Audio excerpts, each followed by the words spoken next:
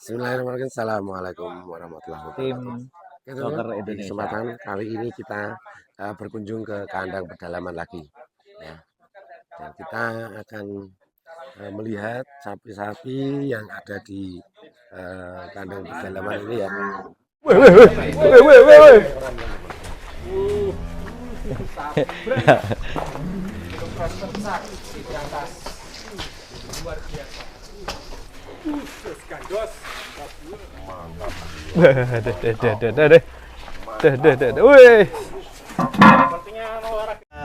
Kontes itu Langsung ditembak. sebuah seni, tapi kita memang menikmati untuk merawat sapi ini. Kalau ada ya ayo, enggak ya enggak apa-apa karena memang kita seneng, Mas. Assalamualaikum. Wih. Assalamualaikum tamu warahmatullahi ando. Waduh. Mas Gandhi ini ada Mas Yite Gandhi. Tiba-tiba muncul Mas. Iki kemarin ini Dia tahu ketak nih di sampean atau ketak nih. Nah, aku ini lagi nunggune peternak. Biasa kan. Peternak sekarang itu kan banyak yang ini, yang banyak yang kurang laku. termasuk wingi curhat ning Facebook kayak Iya, aku bilang sampai dituntut sama teman-teman peternak ini gimana Mas kok nggak laku gitu. Nah, aku tanya berapa harganya kan gitu loh. Ya aku itu hak asasi mereka sih sebenarnya. Aku tahu itu. Oh, namanya juga beli pakan mahal loh. Lah tapi kandang pedalaman sold out kabeh. Lah itu aku pengennya bertanggung jawab enggak dia tuh sama ini petani yang lain. Begitu ceritanya. Ya begitu. Aku kesini tuh mau minta pertanggungjawabannya dia. Lah posisi saya sebagai apa kok saya Iki suruh tanggung nganu jawab? sik mari wong do seneng sapi. Lah Nah, iya, iya. kemarin susah barang. Saya inspirator. Saya inspirator. Yang memegang harga tertinggi. Jadi gini, mungkin tergantung dari sudut mana kita memandang. Apapun kejadiannya, kalau kita benar-benar pintar memposisikan diri dan menilai suatu kejadian, insya Allah tetap ada hikmahnya. Ya, sungguh apa ya, mengenaskan memang. Sungguh mengenaskan menjelang Idul Adha 2024 ini. Banyak sekali sapi-sapi jumbo yang terpaksa belum terjual. Apa itu penyebabnya dan bagaimana akibatnya, nanti kita kupas tuntas bersama dia itu. Kita selesaikan ini masalahnya. Sama sang Guruhara. Harus Oh ini diselesaikan. pahlawan petani. Harus diselesaikan. Anu, Pahlawan masalahnya. Kandang kelompok. Oh, kandang kelompok. Kandang kelompok. Sebenarnya Mas Gandhi dulu tuh yang bikin saya tukang Guruhara itu kan dia pemicunya. Masa saya kok tanggung jawab Pak? Lah, wong, kalau sudah jadi nganu ya direm toh ibaratnya, jangan langsung bablas kabeh. Maksudnya sudah Tak jadi tawarin, apa? tak tawarin sapi harga 35. Katanya kemahalan. Lah mahal mana sama 600 juta kan tak gituin. Oh ternyata aku nggak enak sama Pak Haji toh. Iya. Sorry Jadi- Pak Haji aku. Jadi gini, buat peternak biar kita tidak salah paham, kita harus pintar-pintar memposisikan diri. Jadi di posisi mana, bukannya saya kok sok yes atau sok pintar atau sok di atas, enggak. Tapi adalah kebetulan saya punya sapi kontes, saya merawat sapi-sapi jumbo, dan kebetulan alhamdulillah saya bisa jual sapi kontes dengan harga fantastis, bisa jual sapi korban jumbo-jumbo dengan bagus. Itu ada skenario atau ada proses. Kadang yang saya amati begini, kejadian ini berawal dari ambisi. Yang notabene sebelum adanya kontes-kontes sapi sempat melemah harga sapi. Akhirnya PPSI mengadakan kontes dan itu berdampak langsung dengan kenaikan harga sapi. Khususnya sapi-sapi jumbo atau sapi-sapi kontes. Nah, kebanyakan para peternak itu belum memahami mau diarahkan kemana, punya potensi apa sapi ini. Asal ikut-ikutan beli mahal, asal gede dibeli mahal, asal jumbo dibeli mahal. Apakah sapi ini masih prospek untuk kontes, apa sekedar untuk sapi korban, atau sekedar untuk sapi potong? Gitu Mas Gandhi. Jadi kita tidak boleh saling menyalahkan. Jadi kejadiannya kalau saya posisinya kebetulan saya peternak, saya juga pedagang, Iya. itu ya Mas Gandhi. Dari awal-awal saya kadang kurang dagangannya. Saya berusaha berburu petani-petani. Iya, heeh. Petani itu mematok harga terlalu tinggi. Kenapa saya bilang terlalu tinggi? Kita jualnya mau kemana? Kalau kita jualnya ke end user atau ke sahibul korban, mungkin itu harga wajar. Tetapi kalau dia masih menjualnya ke tengkulak atau ke pengepul seperti saya, seperti pemain-pemain lain di Jakarta, mereka butuh spekulasi, ya kan? Butuh spekulasi dengan kemungkinan ini bisa laku lagi atau tidak. Itu harus dipikirkan. Tentunya mereka juga butuh keuntungan. Misalkan standar sapi 1 ton ke end user 100 juta. Itu Mas Gandhi. Iya. Kan ke petani jenengan di harga 100 juta juga awal itu. Lah kan teman-teman kan terinspirasi dengan konten. Terinspirasi dari Joker. Dari Jadi, konten dari Joker patok harga. semuanya. Iya. Ya mereka para peternak ya jangan langsung ya memang mereka pengen patok harga tinggi wong dia punya sapi kan ya. Iya. Itu sebenarnya aku ya maklum. Wong dia juga ngasih makan itu juga biaya, gitu. butuh biayanya juga gede kan. Maunya seperti itu kan itu. Aku lihat kontennya wah 660 juta. Aduh. Lah aku ya lus-lus dada. Ini nanti dampaknya luar biasa. Ternyata bener. Petani nggak juga nggak mau nurunin harga, tetap dia mintanya yang lebih ratusan juta gitu kan. Akhirnya Nggak laku.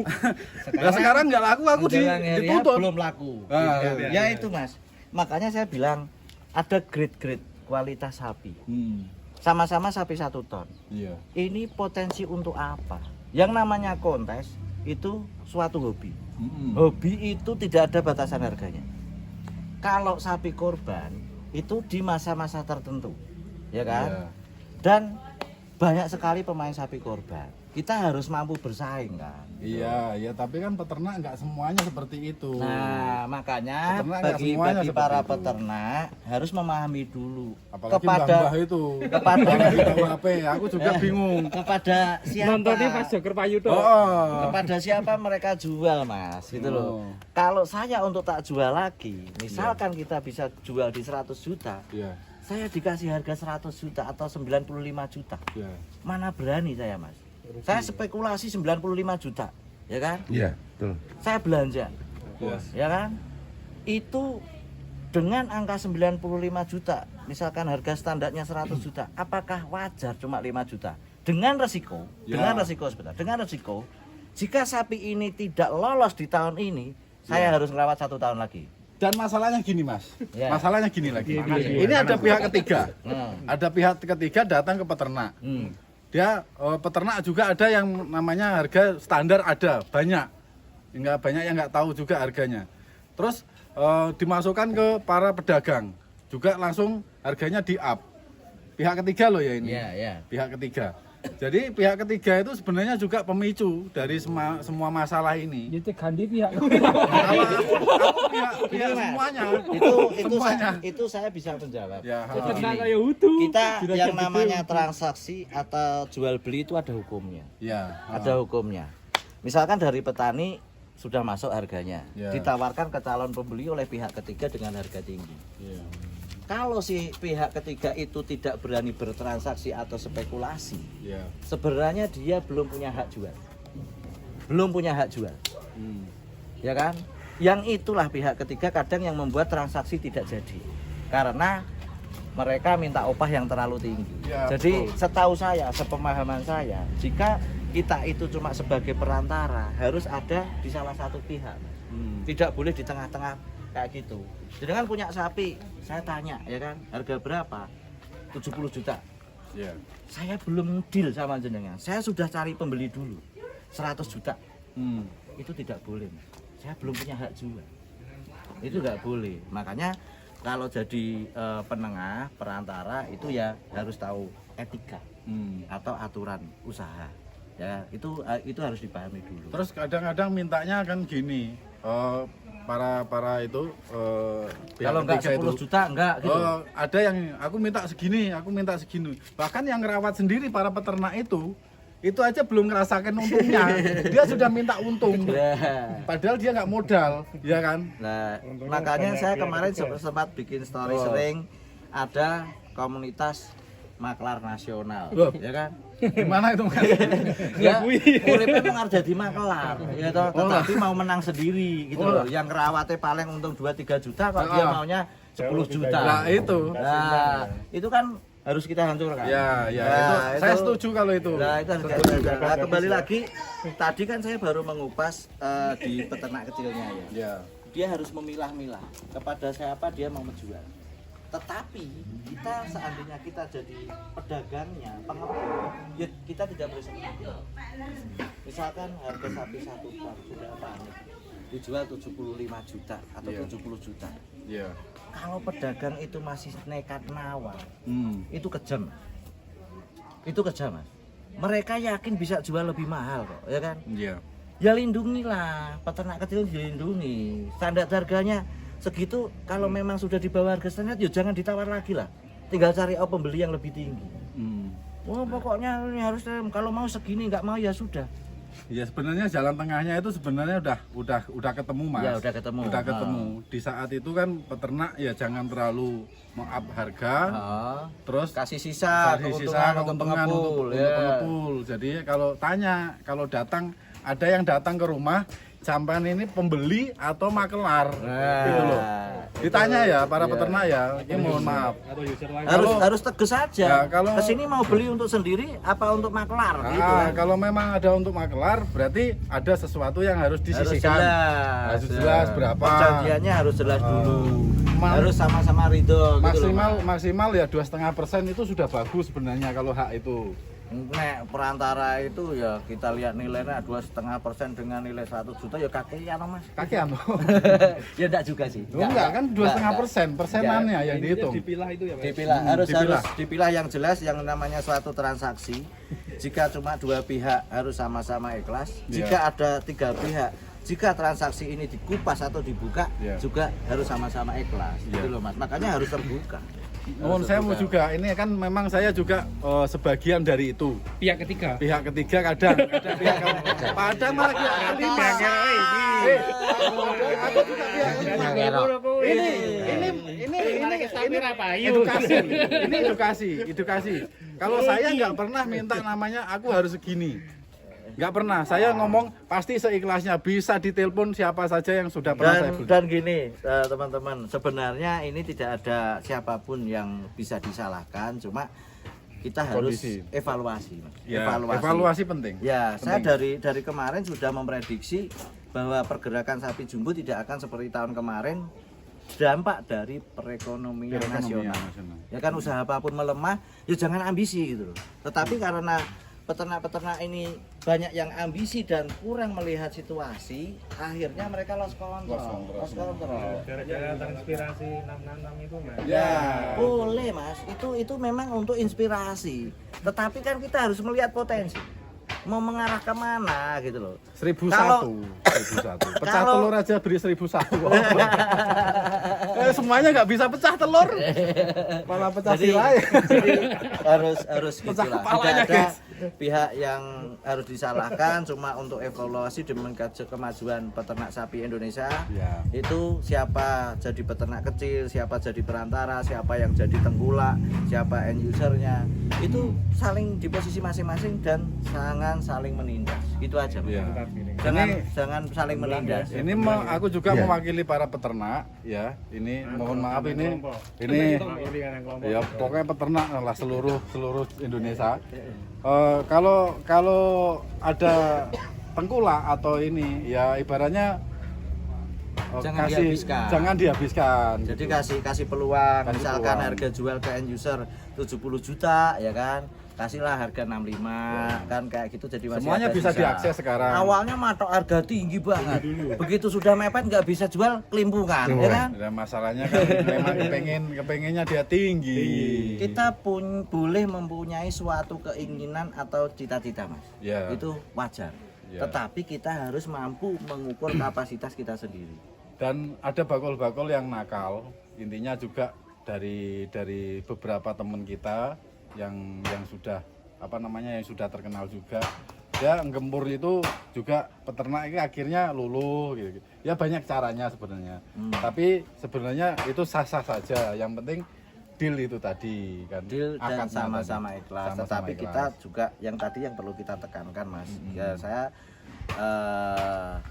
mewakili, bisa dibilang saya sebagai pengepul ya, Mas, atau pedagang yang bisa langsung ketemu end user, ya jangan terlalu menekan harga di petani kecilnya. Ya kalau Gitu, Mas. gitu gini aja, nanti kalau ada laku sampean jangan di up harganya 650 600 jutaan gitu. Terus saya sebagai peternak, waduh aku sesok tak gawe kontes. Sapiku tak gawe kontes. Jika kamu punya sapi Harus. kontes ya silakan. Nah, ya itu. kan itu arahnya ke kontes, bukan ke korban, gitu loh, bukan ke potongan. Ya wajar lah gitu, karena sapi ya. kontes Aku kan nggak tahu. beda konsep, membedakan, Mas. ya. Beda konsep. Lah kadang dipukul rata itu Ya, yang itu, kurang itu. tepat Udah di situ, enak Mas. kalau dipukul rata, sama-sama rata kan. Ya gue rekoso perumang samu gampangnya nyetak sapi kontes. Ya karena rumang samu gampang. Wis ya, Murah, Mak. dawan. Petani itu macak bodoh tetap Mata bodoh, masane gampang, bulan ra iso nyalahke wong liya. Lho, aku yo mata bodoh. Kowe apa suwe-suwe nak ngene iki tak usir kok. Lo wong peternak itu dia macak bodoh, macak pinter tetap sah. Lah iya. Tetap sah. Karepmu bodoh ya PPN dhewe, pinter ya alhamdulillah, salah ya rasakno. Ya kocek dhewe. Dikandani aja ngeyel. Oke, terima kasih teman, itu tadi ya klarifikasi mengenai harga sapi jumbo di tahun ini ya. Cukup sekian, terima kasih. Assalamualaikum warahmatullahi wabarakatuh. Ikhlas PO Cross. Ini sang juara satu di PO Crossing ya, di kemarin sang juara satu. Iki maune kan cendek. Saiki dadi dhuwur mbak pakai. Tak pasangi high heel.